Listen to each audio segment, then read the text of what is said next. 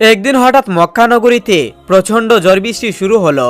ঝড় বৃষ্টির প্রবল তাপের কারণে মক্কা নগরীর আবে জমজমের কূপটি পরিপূর্ণ হয়ে জমজম কূপ থেকে পানি ওঠা বন্ধ হয়ে গেল। তারপর মক্কা নগরীতে প্রবল আকারে পানির সংকট দেখা দিল। কোথাও পানি চিহ্ন মাত্র নেই। মক্কার মানুষেরা পানির জন্য এদিক ওদিক ছুটাছুটি করতে লাগলো, কিন্তু কোথাও পানির সন্ধান না পেয়ে একেবারে তারা নিরাশ হয়ে পড়লেন। শিশু, যুবক, বৃদ্ধা, বৃদ্ধ সবাই পানির জন্য অসুস্থ হয়ে পড়লেন। তৎকালীন সময়ে মক্কা নগরীর নেতা ছিলেন নবীজির দাদা আব্দুল মুতালিব। পানি সংকটের জন্য দিশেহারা হয়ে তারা সবাই তাদের নেতা আব্দুল মুতালিবের কাছে উপস্থিত হলেন। আব্দুল মুতালিবের কাছে উপস্থিত হয়ে সবাই তাকে বললেন, আপনি আমাদের নেতা, আপনি যেভাবেই হোক আমাদের পানির ব্যবস্থা করুন। আপনি জমজম কূপ থেকে পানি উত্তোলন করার ব্যবস্থা করে দিন। আমাদের মনে হয় আপনি ছাড়া আর কেউ জমজম কূপ থেকে পানি উত্তোলন করার ব্যবস্থা করে দিতে পারবে না। উপস্থিতগণ বললেন, আমরা যদি জমজম কূপ থেকে পানি না পাই তাহলে সবাই অসুস্থ হয়ে মারা যাব। এই কথা শুনে আব্দুল মুতালিব ভীষণ চিন্তিত হয়ে পড়লেন। তিনি মনে মনে ভাবলেন কিভাবে জমজম কূপ থেকে পানি উত্তোলন করা যায় এবং কিভাবে পানি উত্তোলন করার ব্যবস্থা করা যায়। কিন্তু তিনি কোনো চিন্তা করেই কুল কিনারা পেলেন না, কোনো আশার আলো দেখতে পেলেন না। তখন তিনি মহান আল্লাহ তাআলা দরবারে দুইটি হাত তুলে দোয়া করলেন এবং তিনি বিভিন্ন ধরনের মানত করলেন, কিন্তু কোনো দোয়া ও মানত আল্লাহর দরবারে কবুল হলো না। শেষ পর্যন্ত আব্দুল মুতালিব দিশেহারা হয়ে মহান আল্লাহ তাআলা দরবারে দোয়া করে বললেন, হে মহান আল্লাহ রব্বুল আলামিন, আপনি জমজম কূপ থেকে পানি উত্তোলন করার ব্যবস্থা করে দিন। বিনিময়ে আমি আমার 10 সন্তানের থেকে একটি সন্তানকে আমি আপনার রাস্তায় কুরবানি দিব। আব্দুল মুতালিব যখন এই মানত করলেন তখন এই মানত কবুল হয়ে গেল। অর্থাৎ রাসূল সাল্লাল্লাহু আলাইহি ওয়াসাল্লামের দাদা যখন এই মানতটি করলেন তখন আল্লাহ রাব্বুল আলামিন তার মানতটিকে কবুল করে নিলেন এবং তার সাথে সাথেই জমজম কূপ থেকে প্রচুর পরিমাণে পানি বের হতে লাগলো। এবং জমজম কূপের পানি বের হতে দেখে মক্কাবাসীগণ অবাক হয়ে গেল এবং তারা আনন্দে আত্মহারা হয়ে পড়লেন। এরপর জমজম কূপের পানি বের হওয়ার পরে সবাই সুখে শান্তিতে বসবাস শুরু করলো। কিন্তু এদিকে এই ঘটনার পরে রাসূল সাল্লাল্লাহু আলাইহি ওয়াসাল্লামের দাদা আব্দুল মুতালিবের এই মানতের কথা মনে ছিল না। তিনি অবিরাম এই মানতের কথা ভুলে গেলেন। একদিন রাসূল সাল্লাল্লাহু আলাইহি ওয়াসাল্লামের দাদা আব্দুল মুতালিব তার নিজের গৃহে ঘুমাচ্ছিলেন। তিনি স্বপ্নে যুগে দেখলেন মহান আল্লাহ তাআলা আব্দুল মুতালিবকে বলেছেন, হে আব্দুল মুতালিব, তুমি কি ভুলে গেছো তুমি কি মানত করেছিলে? তুমি মানত করেছিলে যে জমজম কূপ থেকে পানি বের হলে তোমার 10 সন্তানের মধ্য থেকে একটি সন্তানকে তুমি আল্লাহর রাস্তায় কুরবানি করে দিবে। তুমি তোমার মানত পূরণ করো। তারপর এই স্বপ্ন দেখার পর আব্দুল মুতালিব ঘুম থেকে জাগ্রত হলেন এবং উঠে বসে পড়লেন। এরপর তিনি চিন্তা করতে লাগলেন, সত্যিই তো আমি মানত করেছিলাম যে জমজম কূপ থেকে পানি বের হলে আমি আমার 10 সন্তানের মধ্য থেকে একটি সন্তানকে আমি আল্লাহর রাস্তায় জবাই করে দিব, কিন্তু আমি আমার মানতের কথা ভুলে গিয়েছি। আব্দুল মুতালিব তার এই স্বপ্নের কথা কারোর সাথে প্রকাশ করলেন না। পরের দিন রাতের বেলা তিনি আবারও যখন ঘুমাচ্ছিলেন আবারও স্বপ্ন দেখলেন। মহান আল্লাহ রাব্বুল আলামিন তাকে বলছেন, হে আব্দুল মুতালিব, তুমি কি ভুলে গেছো তুমি কি মানত করেছিলে? অতএব তুমি তোমার এই মানত পূরণ করো। আবারও তিনি এই স্বপ্নের কথা কারোর সাথে প্রকাশ করলেন না। পরের দিন আবারও যখন তিনি ঘুমাচ্ছিলেন তখনও আল্লাহ পাক তাকে বললেন, হে আব্দুল মুতালিব, তোমার কি মনে নেই তুমি কি মানত করেছিলে? তুমি তোমার মানত পূরণ করো। তুমি তোমার 10 সন্তানের মধ্য থেকে একটি সন্তানকে আল্লাহর রাস্তায় জবাই করো। যদি 7 দিনের মধ্যে এই মানত পূরণ করতে না পারো তাহলে তোমার 10 সন্তান মৃত্যুবরণ করবে এবং জমজম কূপ থেকে পানি বের হবে না, একেবারে চিরতরের জন্য বন্ধ হয়ে যাবে। এরপর আব্দুল মুতালিব এই স্বপ্ন দেখার পর ভয়ে কাঁপতে লাগলেন। রাসূল সাল্লাল্লাহু আলাইহি ওয়াসাল্লামের দাদা আব্দুল মুতালিব চিন্তা করতে লাগলেন যে তিনি কি করবেন। কিছুই তার বুঝে আসছে না, কারণ তার 10 সন্তানের মধ্যে থেকে কাকে তিনি জবাই করবেন এটাই তিনি বুঝে উঠতে পারছিলেন না। পরের দিন সকালবেলা আব্দুল মুতালিব তাওরাত পণ্ডিতদেরকে ডাকলেন। তাওরাত পণ্ডিতেরা আব্দুল মুতালিবের কাছে আসলেন। তখন আব্দুল মুতালিব ভীষণ চিন্তিত এবং পরেশানি অবস্থায় তাওরাত পণ্ডিতদেরকে বললেন, হে পণ্ডিতগণ, আমি মহান আল্লাহ পাক রাব্বুল আলামিনের দরবারে মানত করেছিলাম যে জমজম কূপ থেকে পানি বের হলে আমি আমার 10 সন্তানের মধ্য থেকে একটি সন্তানকে আল্লাহর রাস্তায় কুরবানি দিব। আমার মানত মহান আল্লাহ পাক কবুল করে নিয়েছেন।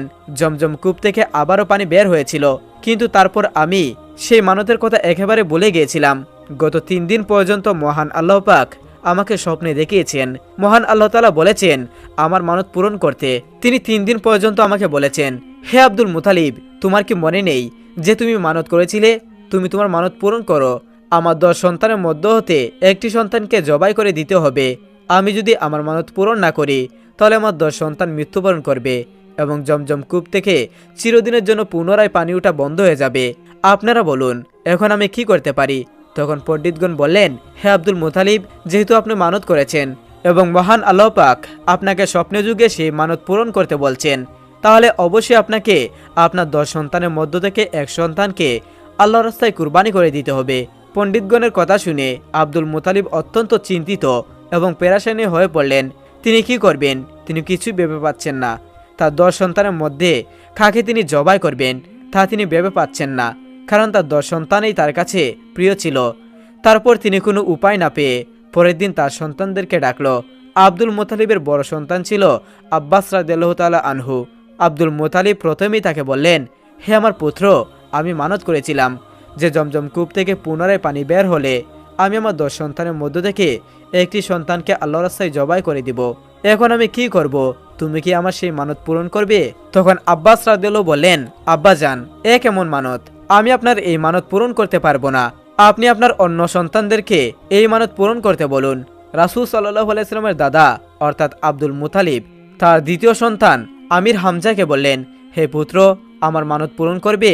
তখন আমির হামজা বললেন, আব্বাজান, আপনি কেমন মানত করেছেন? আপনার মানতের জন্য আমি আমার জীবন দিতে পারবো না। আপনি আপনার অন্য সন্তানকে বলুন। এভাবেই আব্দুল মুতালিব একের পর এক সব সন্তানদেরকে বললেন, কিন্তু কেউ এতে রাজি হলো না। বাকি ছিল তার একটি সন্তান, সেটি হলো তার সবচাইতে ছোট সন্তান, যার নাম আব্দুল্লাহ। আব্দুল্লাহ ছিল রাসূল সাল্লাল্লাহু আলাইহি ওয়াসাল্লামের পিতা এবং আব্দুল মুতালিবের সবচেয়ে প্রিয় সন্তান। আব্দুল মুতালিব আব্দুল্লাহকে অনেক স্নেহ এবং আদর যত্ন করতেন এবং তাকে অধিক পরিমাণে ভালোবাসতেন। যখন আব্দুল মুতালিবের কথায় তার 9 জন ছেলে রাজি হলো না, তখন আব্দুল মুতালিব অত্যন্ত চিন্তিত হয়ে পড়লেন। তারপর আব্দুল্লাহ তার পিতা চিন্তিত মুখমণ্ডল দেখে বললেন, আব্বাজান, আপনার কি হয়েছে? আমি তো কিছুই বুঝে পারছি না। আপনি কি নিয়ে তো চিন্তা করছেন? তখন আব্দুল মুতালিব তার সবথেকে ছোট পুত্র রাসূল সাল্লাল্লাহু আলাইহি ওয়াসাল্লামের পিতা আব্দুল্লাহকে বললেন, হে প্রিয় সন্তান আব্দুল্লাহ, আমি মানত করেছিলাম যে জমজম কূপ থেকে পুনরায় পানি বের হলে আমি আমার 10 সন্তানের মধ্য থেকে একটি সন্তানকে আল্লাহর রাস্তায় জবাই করে দিব, কিন্তু 10টি সন্তানের মধ্যে কেউ আমার এই মানত পূরণ করার জন্য রাজি হলো না। এবং আল্লাহ পাক বলেছেন, হে আব্দুল মুতালিব, তুমি যদি তোমার 10টি সন্তানের মধ্য থেকে একটি সন্তানকে আল্লাহর রাস্তায় জবাই না করো তাহলে তোমার 10টি সন্তান মৃত্যুবরণ করবে এবং পবিত্র জমজম কূপের পানি পুনরায় বন্ধ হয়ে যাবে, এমনকি চিরদিনের জন্য সেই পানি ওঠা বন্ধ হয়ে যাবে। এখন আমি কি করব? তখন ছোট পুত্র আব্দুল্লাহ বলল, আব্বাজান, আপনি কোনো চিন্তা করবেন না। আব্বাজান, আমাকে আপনি আল্লাহর রাস্তায় জবাই করে আপনার মানত পূরণ করুন। আব্দুল মুতালিব তার ছোট পুত্র আব্দুল্লাহর এ কথা শুনে খুবই খুশি হলেন, কিন্তু অন্যদিকে অত্যন্ত দুঃখ পেলেন।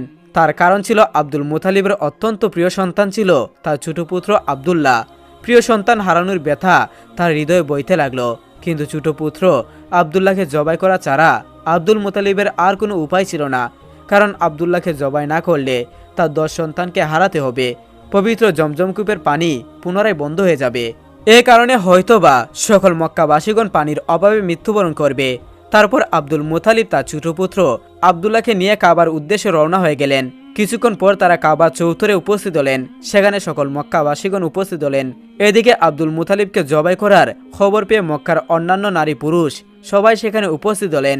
সেখানে যে সকল নারীরা উপস্থিত ছিল তার মধ্যে একজন ছিল ওয়ারাকা ইবনে নৌফেলের কন্যা মরিয়ম। ওয়ারাকা ইবনে নৌফেল ছিল তৎকালীন তাওরাত কিতাবের পণ্ডিত। তার কন্যা ছিল মরিয়ম। মরিয়মও তাওরাত কিতাবে খুবই পারদর্শী ছিল। তিনি জানতেন তাওরাত গ্রন্থে লেখা ছিল এই আব্দুল্লাহর ওরসে জন্ম নিবে আখেরি নবী মাহবুবে আলম আল্লাহর প্রিয় হাবিব হযরত মুহাম্মদ সাল্লাল্লাহু আলাইহি সাল্লাম। তাই তিনি আব্দুল্লাহকে জবাই করতে মানা করলেন। কোনো মতেই আব্দুল্লাহকে জবাই করতে দিতে চাইলেন না।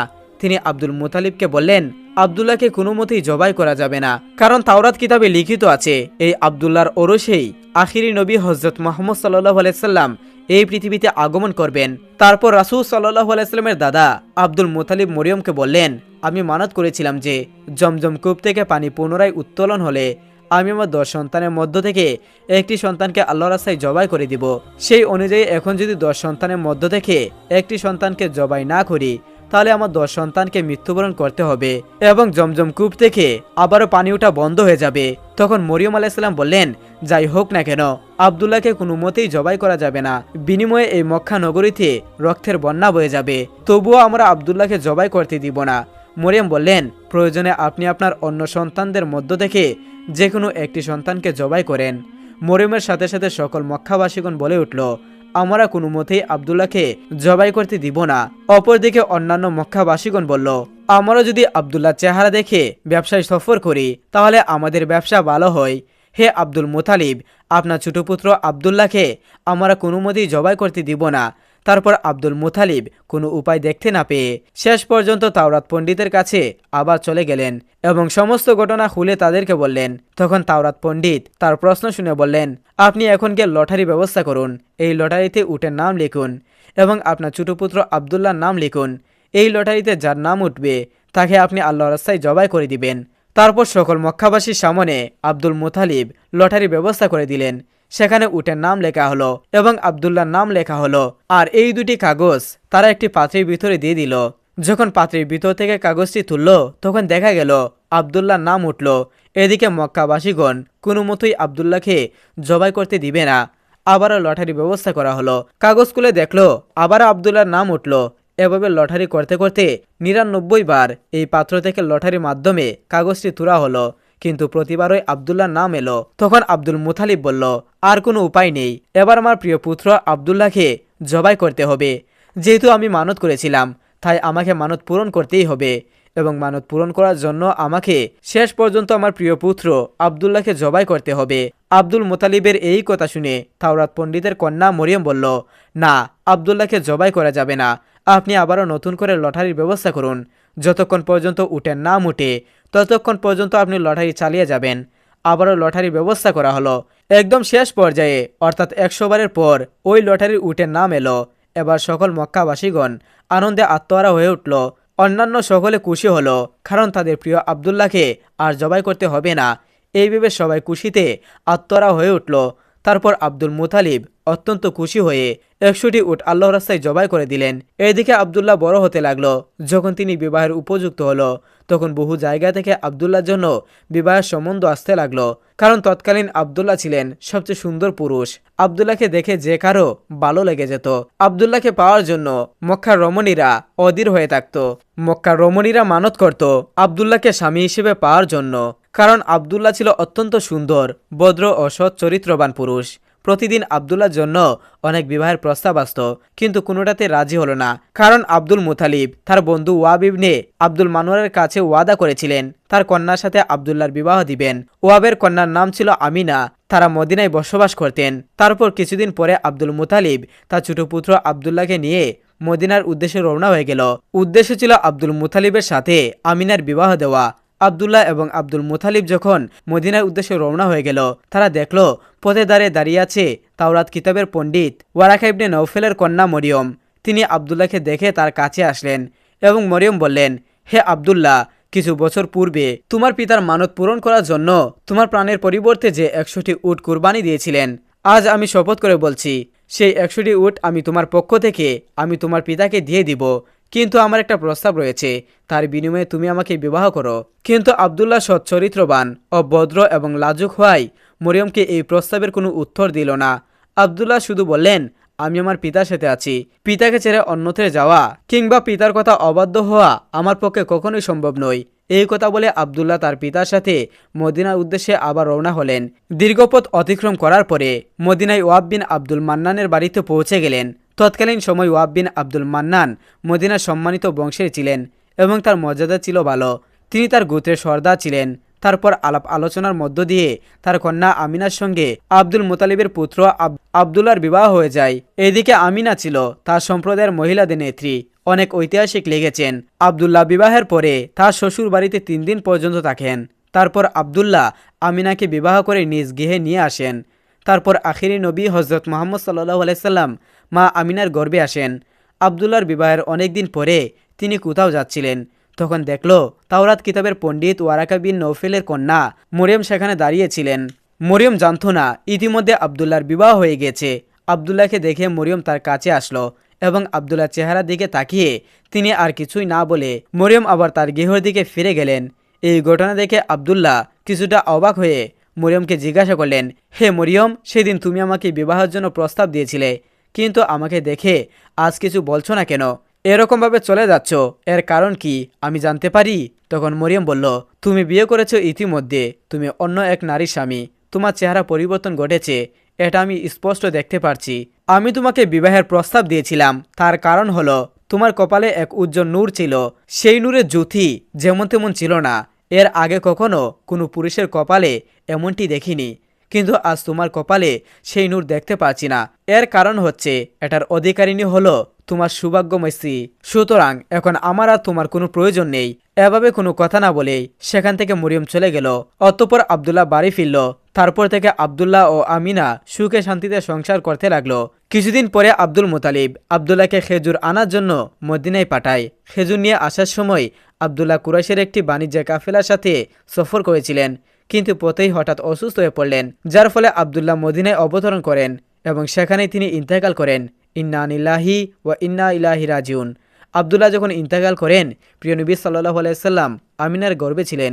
বিশ্বজাহানের সর্দার, সর্বশেষ ও সর্বশ্রেষ্ঠ নবী মুহাম্মদ সাল্লাল্লাহু আলাইহি সাল্লাম 570 খ্রিস্টাব্দে রবিউল আউয়াল মাসে জন্মগ্রহণ করেন। রাসূল সাল্লাল্লাহু আলাইহি সাল্লামের জন্মের সময় পৃথিবীতে এমন কিছু অলৌকিক ঘটনা ঘটেছিল তা সবাইকে অবাক করে দিয়েছিল।